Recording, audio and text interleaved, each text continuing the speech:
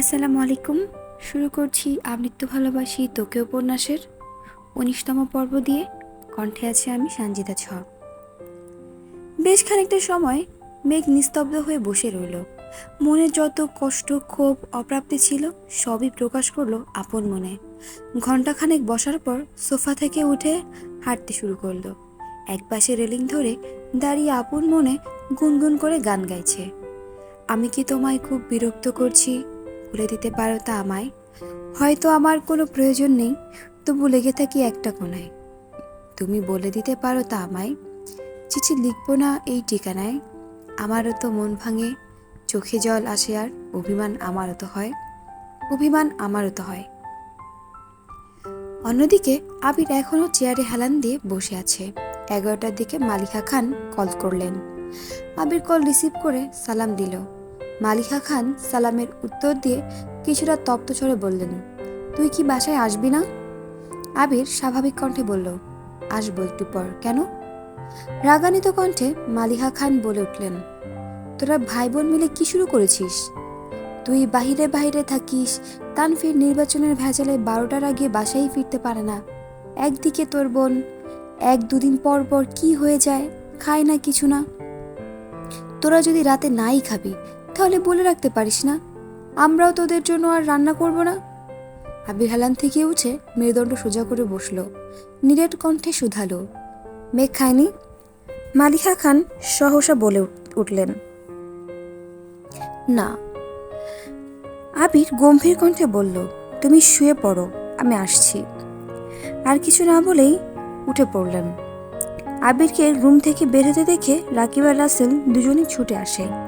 অন্যান্য দিন কাজ শেষ করে 10টা বা 10:30-এর মধ্যেই চলে যায় সকলে, কিন্তু আজ আবিরের মুড অফ দেখে তারা কাজ শেষ করেও বসে আছে। আবিরকে কিছু বলার সাহসও পাচ্ছিল না। রাকিব স্বাভাবিক কণ্ঠে বলল, চল, আমি তোকে দিয়ে আসি। আবির শক্ত কণ্ঠে জবাব দিল, আমি একা যেতে পারবো। রাকিব পুনরায় বলে উঠল, তোর হাতের অবস্থা দেখেছিস তুই? এই অবস্থায় বাইক চালালে তো অ্যাক্সিডেন্ট করবি। তার থেকে আমার কথা মান, আমি দিয়ে আসি তোকে। আবির শক্ত দৃষ্টিতে তাকালো রাকিবের দিকে, দাঁতে দাঁত চেপে ঘোষণা করলো, বললাম তো যেতে পারবো। রাসেল ঠান্ডা কণ্ঠে বলল, এত বৃষ্টিতে বাইক নিয়ে যেতে পারবি? আবির আর কিছুই বলল না। বড় বড় পা ফেলে অফিস থেকে বেরিয়ে গেল। টানা 2 ঘন্টার উপরে ভারী বর্ষণ হচ্ছে, যার ফলে ঢাকার রাস্তাঘাটে পানি জমে একাকার অবস্থা। মাথায় হেলমেট পর্যন্ত নেই, চোখ মেলে দেখার অবস্থা নেই, তবুও বাইক থামছে না 1 সেকেন্ডের জন্য। বৃষ্টির পানি এতটাই ঠান্ডা, মনে হচ্ছে ফ্রিজ থেকে বের করে বরফের পানি ঢালছে কেউ। আপাদমস্তক ভিজিয়ে বাড়িতে ঢুকলো আবির। ড্রয়িং রুমে কেউ নেই। সিঁড়িতে উঠে সোজা নিজের রুমের দিকে হাঁটে। 5 মিনিটে ফ্রেশ হয়ে একটা ধূসর রঙের টি শার্ট আর ট্রাউজার পরে রুম থেকে বের হয়। সঙ্গে সঙ্গে হাঁটা দেয় মেঘের রুমের দিকে। মেঘের দরজার সামনে এসেই বাম হাতে ধাক্কা দিল দরজা। অনবরত ঘুষির কারণে ডান হাতে তেমন শক্তি পাচ্ছে না, তারপর আবার হাতের উপর জোর দিয়ে বাইক চালিয়ে এসেছে। দরজা খুলতেই চোখ পড়ে ফাঁকা বিছানায়। কেন জানি বুকটা ছ্যাদ করে উঠল। ভেতরের দিক দেখার চেষ্টা করলো। টেবিলের উপর ফোন, ল্যাপটপ পড়ে আছে, কিন্তু অষ্টাদশী কোথাও নেই। আবির রুমে ঢুকে বারান্দা সহ সব জায়গায় খুঁজলো, কোথাও নেই। রুম থেকে বেরিয়ে সারা বাড়িতে চক্কর দিল, তবে কোথাও মেঘকে পেল না। মিমের রুমের সামনে দাঁড়িয়ে আস্তে করে ডাকলো, মিম। সঙ্গে সঙ্গে মিম দরজা খুলল। একগাল হেসে বলল, ভাইয়া কিছু বলবেন? আবির উদ্বিগ্ন কণ্ঠে শুধালো, মেঘ কোথায়? মিম স্বাভাবিকভাবেই উত্তর দিল, আপু তো রুমেই, সে যে খাবে না বলে রুমে চলে গেল, আর তো বের হতে দেখিনি। আবিরের চোখে মুখে চিন্তার ছাপ পড়ল। গভীর কণ্ঠে শুধু বলল, ঠিক আছে। আবির আবারও মেঘের রুমে গেল। সব জায়গায় পুনরায় দেখল, কোথাও নেই। মাথা গরম হয়ে যাচ্ছে আবিরের, চোখে মুখে উদ্বেগের মাত্রা বেড়েছে। রুম থেকে বের হয়ে নিজের রুমের দিকে যাচ্ছে। ফোন রেখে এসেছে নিজের রুমে। হঠাৎ চোখ পড়ে সিঁড়ির দিকে। মনের অজান্তেই বলে ওঠে, ও ছাদে যায়নি তো। কোনো কিছু না ভেবে ছুটে যায় ছাদের দিকে। ছাদের দরজা বাতাসে একবার খুলছে একবার বন্ধ হচ্ছে। আবির দরজা ধাক্কা দিয়ে ঘাড় ডানে বামে ঘুরিয়ে ছাদ দেখার চেষ্টা করছে। ভারী বর্ষণের ফলে ছাদেও পানি জমে আছে অনেকটা। পাইপ দিয়ে গিয়েও যেন কুলাতে পারছে না। বৃষ্টির ছিটে ফোঁটা পড়ছে আবিরের শরীরে, কোথাও কাউকে চোখে পড়ছে না। আবির বৃষ্টির মধ্যে পা বাড়ালো ছাদে। কিছুক্ষণ পর পর বিদ্যুৎ চমকাছে। আবির ছাদের চারপাশ দেখছে ঘুরে ফিরে। হঠাৎ বিদ্যুৎ চমকানোতে আবিরের দৃষ্টিতে পড়ে রেলিং ঘেঁষে ছাদের ফ্লোরে পড়ে আছে অষ্টাদশী। ছাদের সাইড দিয়ে যাওয়া পাইপের উপর পড়ে আছে মাথা, শরীরের বাকি অংশ ছাদের ফ্লোরে জমা পানির মধ্যেও পড়ে আছে। আবির আকস্মাৎ চিৎকার দিয়ে উঠল, মেঘ! এক মুহূর্তে দৌড়ে গেল মেঘের কাছে। অজ্ঞান হয়ে পড়ে আছে আবিরের প্রণয়নী। আবিরের হাত কাঁপছে, তবুও ঝাপটে ধরল মেঘের পিঠ বরাবর। সহসা অষ্টাদশীর ঘাট থেকে মাথা পর্যন্ত আঁকড়ে ধরল নিজের প্রশস্ত বুকে। মেঘের শরীরে বরফের ন্যায় শীতল হয়ে আছে, শুধু মাথাটা একটু একটু গরম। আবির কয়েকবার আকুল স্বরে মেঘকে ডাকলো, কিন্তু মেঘ নিস্তেজ হয়ে পড়ে আছে। মেঘের এই অবস্থা দেখে আবিরের সমগ্র পৃথিবী ঘুরছে। বৃষ্টির পানি বরাবরই মানুষের উপকারে আসে। সাধারণ বৃষ্টিতে ভিজলে কেউ বেহুশ হয় না, তবে যদি সেই মানুষটা অতিরিক্ত চিন্তা বা মানসিক চাপে থাকে, তবে শরীরের তাপমাত্রা কমে একটা সময় অজ্ঞান হয়ে পড়ে যেতে পারে। মেঘের ক্ষেত্রে ঠিক এই ঘটনাটাই ঘটেছে। এক আকাশ অভিমান জমেছিল মনে, তার প্রতিফলন ঘটল এইভাবে। আবির সহসা দু হাতে কোলে তুলে নিল মেঘকে।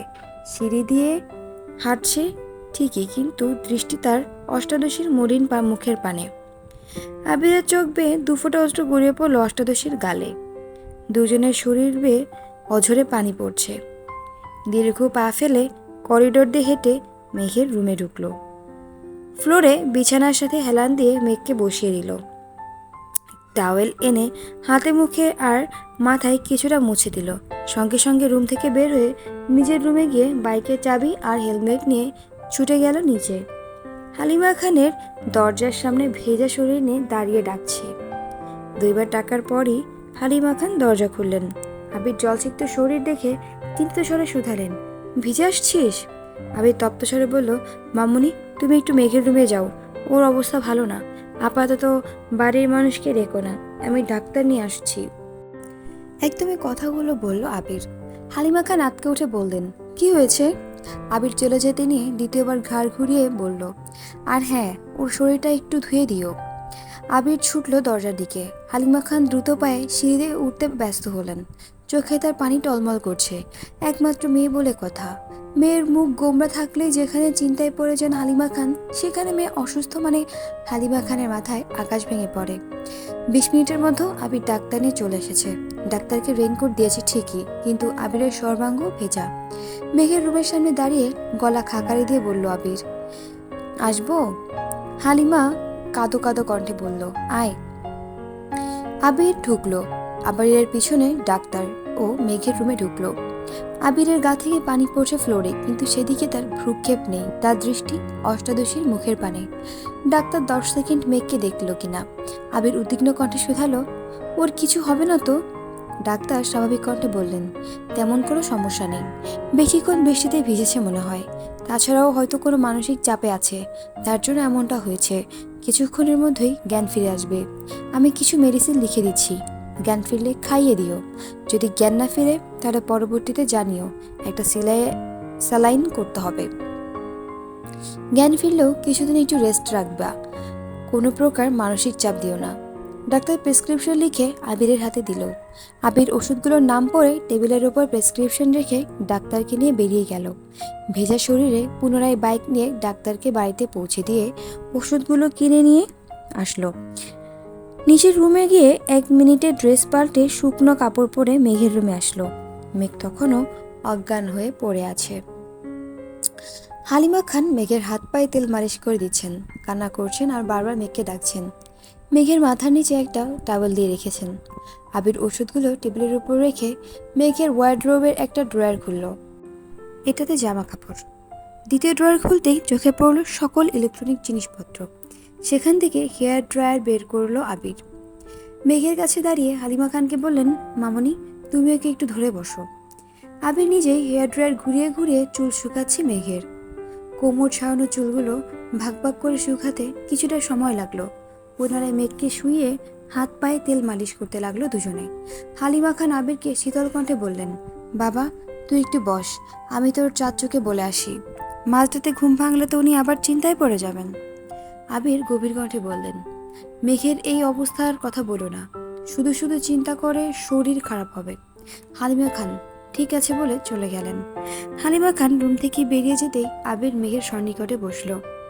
মেঘের বাম হাত আবিরের বুকের সাথে মিশিয়ে ওষ্ঠ এগিয়ে নিল মেঘের কানের কাছে। গুনগুন করে বলল, मैं सिर्फ तेरा रहूंगा, तुझसे ही वादा है मेरा, तू मांग ले मुस्कुरा के, मेरा प्यार हक ही तेरा। তারপর অষ্টাদশীর কপালে আলতোভাবে একটা চুমু দিয়েই বিছানা থেকে উঠে পড়ল। চেয়ার টেনে বসলো বিছানার পাশে। তারপর হাতে তেল মালিশ করতে করতে লাগলো মেঘের হাতে। কিছুক্ষণের মধ্যেই হালিমা খান ফিরে আসলেন। হালিমা খানও মেঘের ডান হাতে দু পায়ে মালিশ করে দিচ্ছেন আর একটু পর পর মেঘকে ডাকছেন। বেশ কিছুক্ষণ পর মেঘের জ্ঞান ফিরেছে। সঙ্গে সঙ্গে আবির মেঘের হাত ছেড়ে দিয়েছে। হালিমা খান কান্না করতে করতে মেঘকে ডাকছে, মেঘ এই মেঘ কি হয়েছে তোর? মেঘ কয়েকবার পিট পিট করে চাইলো মায়ের দিকে। বুঝে উঠতে পারছে না তার সাথে এতক্ষণ কি ঘটেছে। মায়ের প্রশ্নের উত্তর দেওয়ার মতো শক্তি নেই তার। চোখ ঘুরিয়ে নিজের অস্তিত্ব বোঝার চেষ্টা করছে। নিজের রুমটা পরখ করতে লাগলো মেঘ। হঠাৎ দৃষ্টি পড়ে বাম পাশে চেয়ারে বসে থাকা আবির ভাইয়ের দিকে। মায়া ভরা দৃষ্টিতে তাকিয়ে আছে মেঘের পানে। মেঘও কয়েক মুহূর্তে তাকিয়ে রইল আবির ভাইয়ের দিকে। মনে পড়তে লাগলো সন্ধ্যার পর থেকে ঘটে যাওয়া সকল ঘটনা। তৎক্ষণাৎ দৃষ্টি সরিয়ে নিল আবির ভাইয়ের দিক থেকে। পুনরায় চোখ বন্ধ করে ফেলল মেঘ। হালিমা খান মেঘের কপালে হাত রেখে আটকে উঠলেন। সঙ্গে একবার গলাতেও হাত রাখলেন। সহসা বলে উঠলেন, মেঘের তো জ্বর উঠতেছে। আবির গভীর কণ্ঠে বলল, তুমি ওকে উঠাও, আমি খাবার নিয়ে আসছি, ওষুধ খাইয়ে দিলে যদি একটু কমে। হালিমা খান চিন্তিত স্বরে বললেন, তানভীর কোথায় আছে? আবির শক্ত কণ্ঠে জবাব দিল, ওকে জানিয়েছি, আসছে। মেঘ নিস্তেজ অবস্থায় শুয়ে আছে। চোখ খোলা আবির ভাইকে দেখার শক্তিটুকু নেই। কথা বলা তো দূরের বিষয়। আবির নিচে গিয়ে এক প্লেট অল্প ভাত আর একটু তরকারি নিয়ে আসলো। হালিমা খান মেঘকে কোনো রকমে উঠিয়ে খাটের সাথে হেলান দিয়ে বসিয়ে নিচে ধরে রেখেছেন। আবির ভাত মাখিয়ে মুখে সামনে ধরে ছোট করে বলল, হা কর। পুরুষালী কণ্ঠে কিছুটা কেঁপে ওঠে মেঘ। তৎক্ষণাৎ ছোট করে হা করল। আবির ভাই অষ্টাদশীকে নিজের হাতে খাইয়ে দিচ্ছে, কিন্তু অষ্টাদশীর মনের ভিতর আনন্দ নেই, নেই কোনো উত্তেজনা। যেই আবির ভাই তার মনের ভিতর সারাক্ষণ এক্কা দোক্কা খেলতো, সেই আবির ভাইকে চোখ মেলে দেখার সাধ্যও তার হচ্ছে না। কয়েক লোকমা ভাত কোনো রকম গিলল। পরের বার দিতে গেলে আস্তে করে বামে ডানে ঘাড় ঘোরালো। আবিরও বুঝতে পারল মেঘের অভিব্যক্তি, জোর করল না। হাত ধুয়ে নিজের হাতে মেঘের মুখ মুছে দিল। তারপর ওষুধ খাইয়ে একবার মেঘের কপালে হাত রাখলো। জ্বরের মাত্রা বেড়েছে। আবার শীতল কণ্ঠে বলল, মামুনি তুমি থাকো ওর কাছে, কোনো সমস্যা হলে আমায় ডেকো, আমি সজাগ আছি। আবির প্লেট হাতে নিয়ে চুপচাপ বেরিয়ে গেল রুম থেকে। 10-15 মিনিট পর তানভীর দৌড়ে বাড়িতে ঢুকে। এমপির গাড়ি করে ড্রাইভার এসে দিয়ে গেছে তানভীরকে। মেঘের রুমে গিয়ে কোমল কণ্ঠে মাকে শুধালো, কি হয়েছে মেঘের? মেঘের পাশে বসে কপালে হাত রাখলো। থার্মোমিটার এনে জ্বর মাপলো। 100 ডিগ্রি ফারেনহাইট তাপমাত্রা। মেঘের জ্বরে কাঁপছে। তানভীর ছুটে গিয়ে নিজের রুমের ক্যাবিনেট থেকে একটা কম্বল এনে বোনের গায়ে সরিয়ে দিল। তারপর একটা ছোট রুমাল ভিজিয়ে কিছুক্ষণ জলপট্টি দিল। হালিমা খান এখনও ফুপিয়ে ফুপিয়ে কাঁদছেন। তানভীর মায়ের দিকে চেয়ে মোলায়েম কণ্ঠে বলল, ডাক্তার কি বলেছে? হালিমা খান কান্নারত কণ্ঠে বললেন, সিরিয়াস কোনো সমস্যা না, রেস্ট নিতে আর চিন্তা না করতে বলেছে। ওষুধ দিয়ে গেছেন? ওষুধ খাওয়ানো হচ্ছে? হালিমা খান কোমল কণ্ঠে বললেন, হ্যাঁ আবির খাইয়ে দিয়ে গেছে। তানভীর নমনীয় কণ্ঠে মাকে প্রশ্ন করল, ভাইয়া কোথায়? তানভীর আর কিছুক্ষণ হলো গেল এখান থেকে। তানভীর আর কিছু বলল না, চুপচাপ কিছুক্ষণ জলপটি দিল বোনের কপালে। তবে জ্বর কমার কোনো নামগন্ধ নেই। এদিকে আবির রুম থেকে এসে ব্যালকনিতে পায়চারি করতে লাগলো। বাইরে এখনো বৃষ্টি হচ্ছে, মাঝে মাঝে কিছুক্ষণ বিরতি নাই, আবার ভারী বর্ষণ শুরু হয়। তাপমাত্রা কম থাকার পরও আবিরের শরীর ঘামছে, স্থির হতে পারছে না কোনোভাবেই।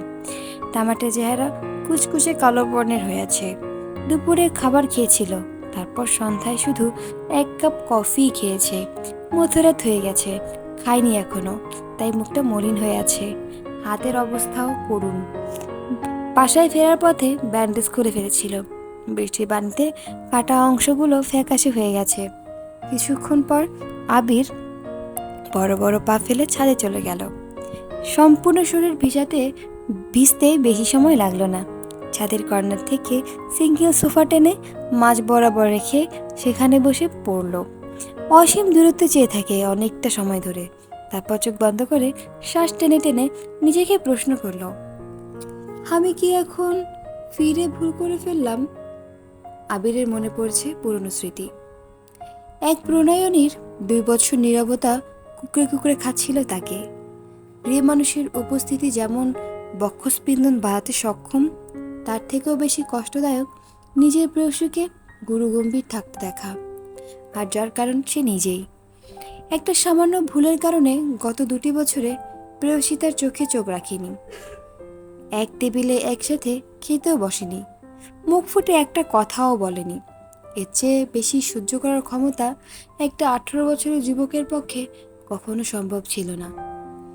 প্রেয়সীর প্রতি অনুভূতি তার 7 সাগরের পানির ন্যায়, যা কখনো পরিমাপ করা সম্ভব নয়। যখন তার সহ্যের সীমা শেষ হতে চলল, তখন তার সামনে 2টি রাস্তা ভেসে উঠেছিল। এক, স্কলারশিপে বিদেশে যাওয়া, দ্বিতীয় হলো ঢাকা ভার্সিটিতে পড়াশোনা। আবির বাড়ির প্রতিটা সদস্য থেকে মতামত নিয়েছিল সেদিন, এমনকি তার হৃদয় হরণের কাছেও সেদিন আকুল মিনতি করে জিজ্ঞাসা করেছিল সে কি চায়। ছোট্ট হৃদয় হরণীর অভিমানের মাত্রা এতটাই তীব্র ছিল যে সেদিনও আবিরের চোখে চোখ রাখেনি, আবিরের কোনো কথার উত্তরও দেয়নি। 2 বছর যে ললনার অভিমান ভাঙাতে অক্ষম, সেই ললনার অভিমান কয়েক মাসে ভাঙানো সম্ভব ছিল না। তারপর আবির শেষবার যাওয়ার আগে নিষ্পলক চেয়েছিল সেই ললনার দিকে, যদি একবার বলতো, ভাইয়া তুমি যেও না। কিন্তু না, সেদিনও মুখ ফুটে কিছু বলেনি তার প্রেয়সী। আবির পাড়ি জমালো ভিন্ন দেশে। এই পৃথিবীর বুকে যাকে সবচেয়ে বেশি ভালোবেসেছিল, সেই রাজকন্যাকে ফেলে চলে গিয়েছিল বহুদূর।